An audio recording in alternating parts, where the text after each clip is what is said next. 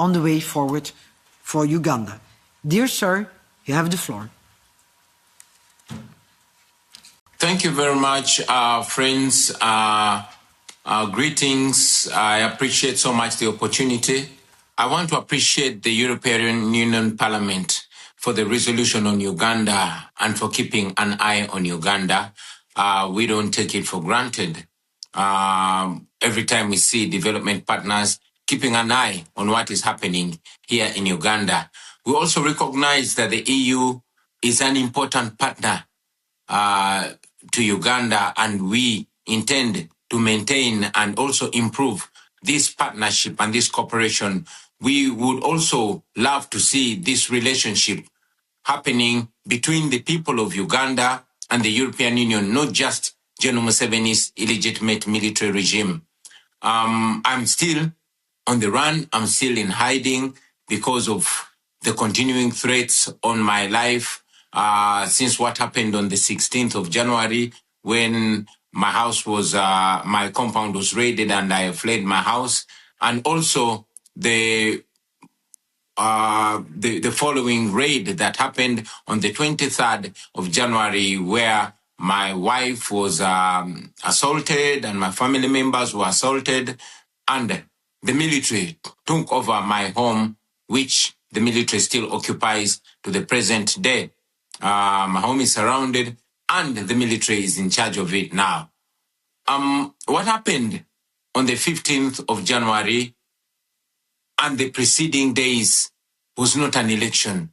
It was a military operation, and I'm very glad that it was clearly stated during the debate in the European Union Parliament. This violence started much, much earlier. It started on nomination day, and it went through the campaign trail. And I'm glad that the resolution mentions in specifics victims like Mesa Chokero, who was shot and killed, and also General Muhoozi Kainerugaba, who is the military chief and the son of General Museveni, came out on Twitter and, mentioned how he killed 22 of our people, and hoping that I would be the 23rd. I must mention, though, that the numbers that he put are much, much less. Maybe he mentioned or he meant those that he killed personally. Otherwise, the numbers that we have of the victims, of the people that have been killed, are much, much, much more than 22. Many civil society organizations were closed down, especially those that are in the area of governance. It was mentioned, and I want to reiterate it again, that the internet was shut down 3 days before the election. Media houses were ordered not to relay the results that were happening and all that was going on ground on the polling stations to ensure that there's a clear disconnect between what was happening in the polling stations and what was being relayed by the Electoral Commission. I'm very glad that Dr. Sarah Birete is with us today. In this meeting, she was arrested, detained, because she was taking an effort to speak out and educate people, the citizens of Uganda, about their rights and on democracy. I mentioned it that 2 of my deputy presidents were abducted on the eve of the election, and they remained missing for 3 weeks. We later learned that they were being detained in a military barracks, in a special forces military barracks, which is run by General Museveni's son, Muhoozi Kainerugaba. Most of our coordinators were arrested, were picked and detained. Some are still in detention, while some were dropped off. These also included officials from our election management committee. So what Mr. Byabakama, the chairperson of the Electoral Commission, relayed was actually completely different from what happened on the grounds. The law requires that there must be, coordination in the tallying of the results. That did not happen.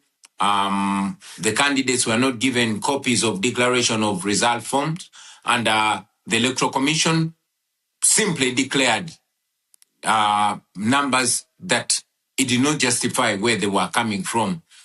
As we speak, we are still demanding that the Electoral Commission uploads the declaration forms so that the nation can be able to follow in transparency, so we can be able to compare the evidence that we have, the declaration of result forms that we have, to what was paraded by the Electoral Commission. But up to now, they have not uploaded the results on the internet like it's supposed to be. Somebody may ask, why then didn't we go to court? But we've mentioned it again that institutions in Uganda have all been destroyed, and including the judiciary. The manner of appointment of the Chief Justice recently is evidence to that. The Chief Justice was sworn in General Museveni's farm. So that and many other reasons cause us not to have trust in the judiciary in Uganda, and many times the regime, General Museveni or his son, have actually been guiding publicly and sometimes privately, determining how the judiciary does its work. So we found no redress whatsoever in the Ugandan judiciary, and that's why we did not go to court. We have presented some asks which are right here. We've asked for targeted sanctions that target particular individuals and regime officials that have, excelled in gross human rights violations. We believe that will curb their appetite in abusing, human rights, in undermining democracy, and to ensure that there's accountability for their crimes against humanity. Because I know we have other speakers on the platform, I want to appreciate you for the opportunity and to further call for more interest and for more attention to the people of Uganda. We really appreciate the attention, but we still request the international community to keep an eye on Uganda, to keep an eye on what is going on here in our country. I thank you for God and my country.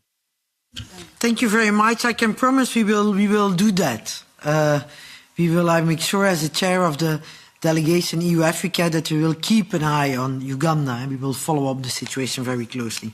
We have also here with us today prominent human rights lawyer and expert on constitutional